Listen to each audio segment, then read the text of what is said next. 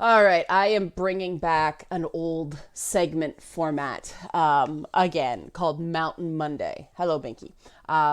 Mountain Monday is a thing I used to do every Monday about wellness and mental health and sort of finding your center. And it started because of Far Cry 4 gameplay video. What you do is look at the mountain. This segment eventually became Momo Monday, but Momo wasn't cooperating today, so I went back to Mountain Monday. Um, but you look at the mountain, and the first thing you do is you take two deep breaths. So breathe with me. Breathe in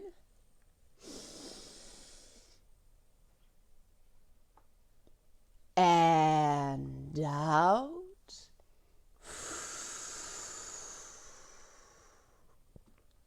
And breathe in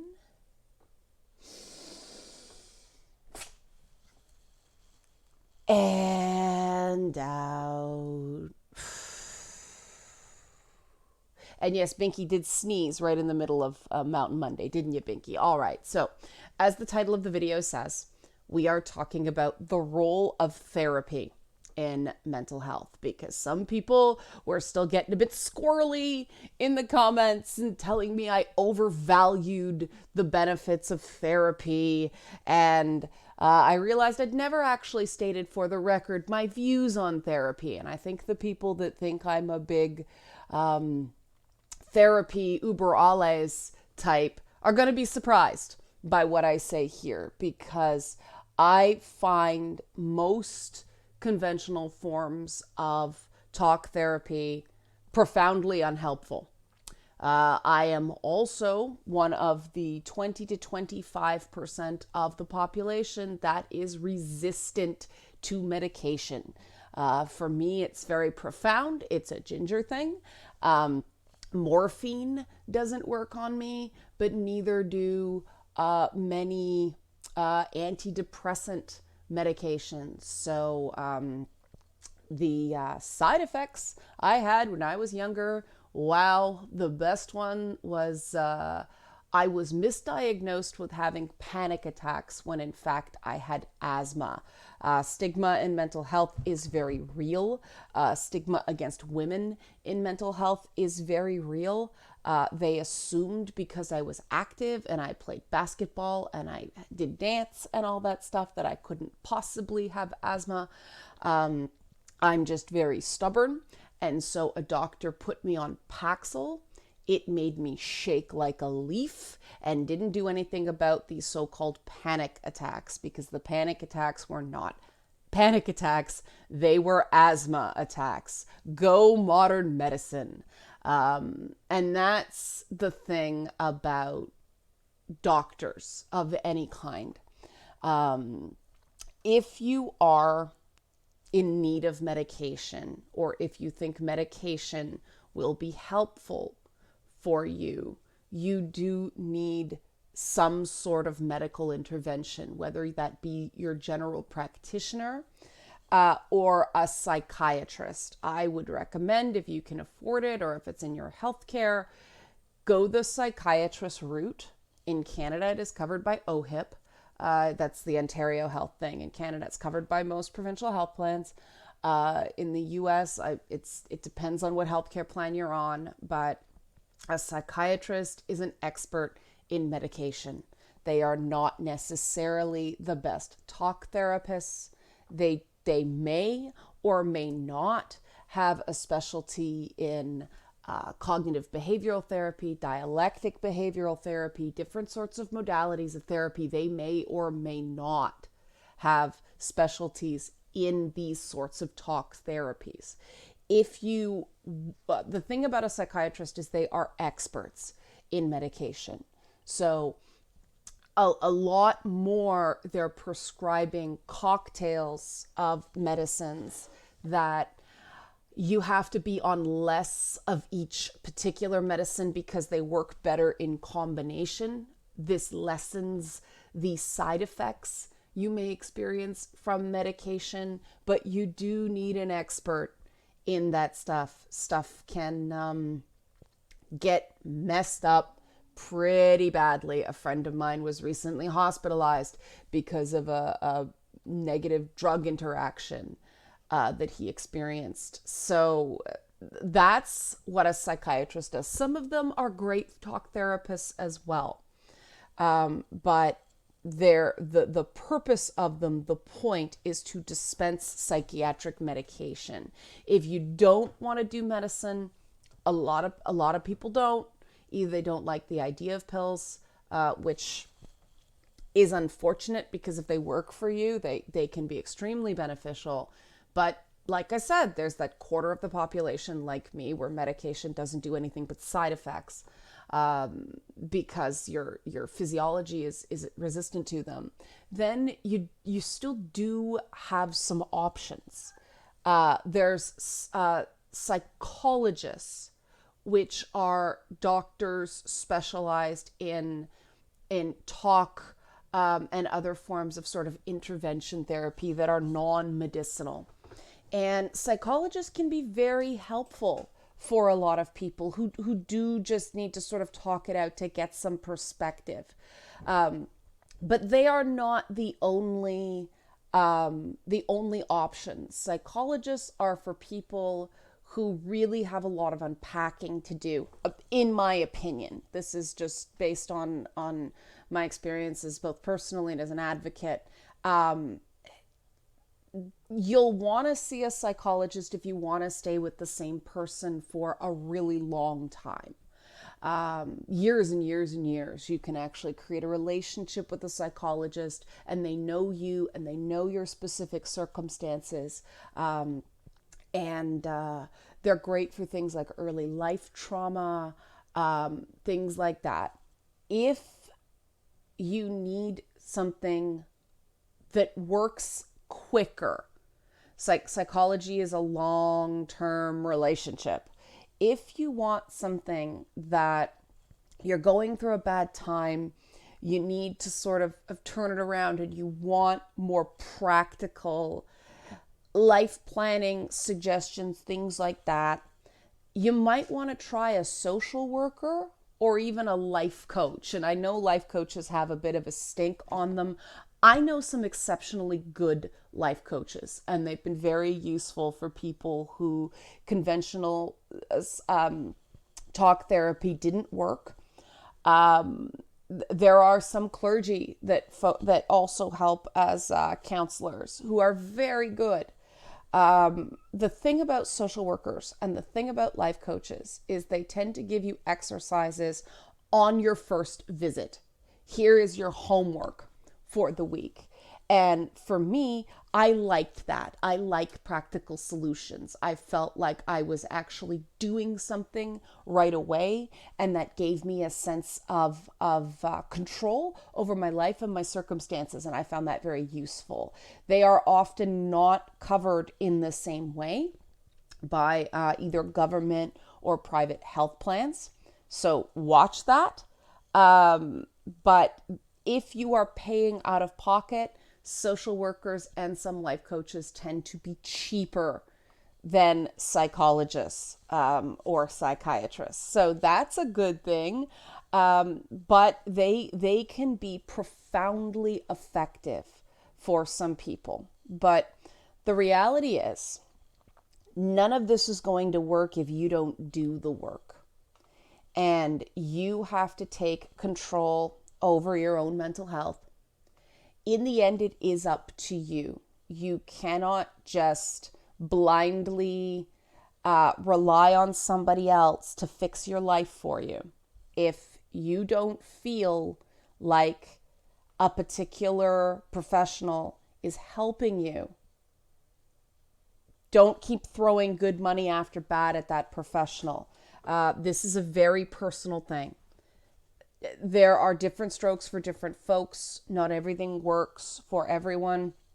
A bad therapist is worse than no therapist at all. They can actually make you worse. And one person mentioned in the comments to the original video on, was it Tuesday? Yeah, it was Tuesday, last Tuesday, that they weren't in therapy right now. And it's not because they didn't think therapy helped. It's just they went from a very good therapist to a very lousy therapist. And they did the right thing by discontinuing treatment until they found someone that worked for them. Now, if you're in that situation, there are online support groups, there are websites that can still help. There are apps. Look into those. Therapy is useful for people who don't know what to do. Other people know what they have to do. They're just not empowered to do it yet. And therapy can only take you so far with that. You have to take care of your health. You have to make sure you have decent personal boundaries. Social workers are great with boundaries. They are great for teaching boundaries. They are great for boundary exercises. I highly recommend them. And sometimes you only need a few weeks or months and then you can move on. You have the tools. Now it's up to you. So long term, that's often the cheapest option if that's all it is. If you have serious problems with boundary integrity. And a lot of geeks do. A lot of geeks do have trouble with boundary integrity because we've been bullied in the past. We often have parents that don't understand us. And if, you ever had a situation as a kid where, your mom came into the room really, really angry and yanked the game out of the wall while you were playing it, that's, yes, parents can do that, but a lot of parents just continue to do that too late in life. And when that happens to, teenagers or even adults, that is a violation of boundaries that are still forming. And that's not healthy. You can't go in and just disrupt someone. You shouldn't be laying hands on someone except to, save them from a dangerous situation, that kind of thing. Violence violates your personal boundaries. Bullying violates your personal boundaries. And there's a lot of that in the past of a lot of geeks. And boundaries help with depression. They help with anxiety. They help with PTSD. They're just a good thing to have in general for life. And some people can learn to build up their boundaries without one-on-one therapy. Some people prefer group therapy. Some people prefer, the things I was talking about as safe spaces, men's groups, women's groups. I knew a guy when I used to work in radio. He was a specialist in men's therapy. And he did men's only sessions. A lot of these men were victims of some sort of abuse, physical abuse, sexual abuse when they were younger. And all male spaces helped them talk about that. They didn't feel comfortable talking about it in some cases with women around because their abuser was a woman. Or they just felt like they had to keep up the front of, unworried masculinity kind of thing around women. And so those men's only spaces where they worked through the stuff with other guys that had been through it was profoundly helpful for them. So one-on-one isn't always the way to go. And then sometimes people just need a change of environment. They need a new social circle that isn't revolving around work or school or one of those things you're sort of forced into where you may be being bullied or, you may be going through a bad time there. You just need some place where you're not defined by that. And those can be as simple as a book club or, some sort of shared activity. Some social workers will actually encourage you to join these shared activities. Sometimes not the best for introverts, sometimes profoundly helpful for introverts. But at the end of the day, I really do believe that if you just take a moment, you take moments of stillness during the day and just be with yourself and listen to yourself, That will tell you what you need, where you need to go. You know, sometimes it's just something as simple as thinking about what I want in a life, and the first thing that pops into your head without overthinking it, take one step to doing that. The truth is, though, that you can go to doctors for years and years and years, and if you don't do the work on a day-to-day basis, you're not going to get better. Like professionals, mental health professionals are not necessary for an individual to get in a healthier mental space. But that day-to-day work, doing your homework, for lack of a better term, that is necessary. And you do hit plateaus in therapy where you keep, there's this thing you have to do, there's this thing you have to do, and they're very hard. They're very, very hard. But there's this thing you have to do and you're not doing it, and so you're not getting anywhere. And for me, the idea of paying someone to listen to me talk is ridiculous. You guys listen to me talk every single day, right? If you're a patron, you pay for it. That is not helpful to me because of my circumstances. Concrete changes, really taking the bull by the horns and having control over my own life, that is profoundly helpful. And what's going to work for you has to come from you. And if you need help sorting it out, that's what therapy's for. If you know what you have to do, you just don't have the ability to do it right now, that comes from your immediate social group, your friends, your family, and how much those people fill you up or drain you. A therapist cannot help you with that. A therapist is not your friend.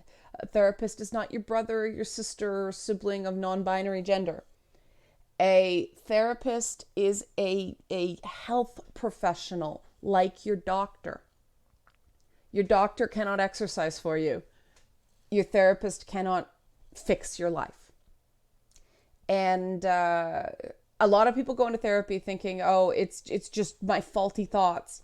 Unfortunately, sometimes, yes, it is. Other times, no. Your circumstances, your environment sucks. Sometimes it's your physical health that needs improvement. The one thing I hated was doctors constantly telling me, you need more cardio, you need to get up and move. And I'm like, because, no matter how moved, I still felt crappy. I was eating the wrong foods and I wasn't getting enough sleep. Sleep is a major factor. And these are all things a therapist cannot make you sleep 8 hours a night. You have to do that yourself. And no matter how much you think you don't need 8 hours a night of sleep, yeah, you do. Every human being does. Some people don't get it. Some people have trained themselves to wake up after 3 to 5 hours. I have seasonal affective disorder. I go through that every summer. 3 hours, wake up, time to party. And it sucks. It sucks. It really messes me up. Sleep is important. So if you cannot or do not want to engage in talk therapy or see a mental health professional right now, the big three you can be doing: get enough sleep, eat healthy, and make sure you exercise. And it doesn't have to be crazy, raw Taibo kind of stuff, kickboxing, MMA kind of thing. You can start by just making sure you go for a walk every day. Sunlight is an important thing as well that I'm really bad at because I fry in the sun. But I was actually having eye problems coming out of last winter because I hadn't gotten enough daylight and my eyes were going all wonky on me. You need sun. Only 10 minutes a day. So if you can just go for a walk, that at least is something. And that's something you can do right now to feel better. Make sure you get those vegetables. Make sure you get those quality proteins, those quality carbs. It may taste strange to you if you eat a lot of processed or fast food, but after a while your system changes and you do start to feel better. And don't eat stuff that makes you miserable. Slow changes, incremental, so you actually enjoy eating, you enjoy preparing the food. Some of those box services that deliver the stuff in, the correct portions and everything like that are very useful that way, because then you don't have a bunch of stuff going bad. You don't have to worry about storing it. It's, well, here's your meal for the day or the week or whatever. Those can be very, very useful, because then you have exactly what you need. You don't have to worry about shopping lists, anything like that. But eating properly, getting enough sleep, and exercising, everybody has one of those at least they know they could be doing better on. And I personally think that those three things are more beneficial than any therapy combined. Having friends that are really friends, that really support you, are another thing that is essential. It is better to have no friends than bad friends. And the same goes for family. If your family doesn't support you, limit your exposure to them, or in extreme circumstances, cut them out. You are not a bad person for doing that. And these are all things that therapy often helps you realize. And they can be, a professional who can give you their professional opinion about what is right for you based on what you say. But it's only based on what you say. So if you go in there and tell a therapist what you think they want to hear instead of what's really going on with you, it's not going to work. It's going to be a waste of money. In the end, it comes from you. Therapy is what you make it. And so, to those people that think I think therapy is the be all and the end all, no, I don't. No, I don't. I think at the end of the day, it really is down to the individual to think they're worth it enough to find the path that's right for them. And there are as many paths as there are people. More paths than people, because that path often does change throughout your life. What you need in terms of mental health changes throughout your life. So that's my statement on that. We close by taking 2 deep breaths like we did off the top. So we're going to do that. Breathe in. And out.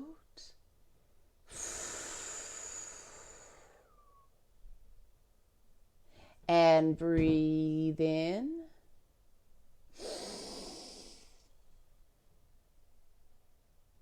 And out. All right, if you guys like this segment, if you found it helpful, let me know. Leave a comment if it's time to bring back this segment, either the mountain or the Momo variety, or alternating between the two.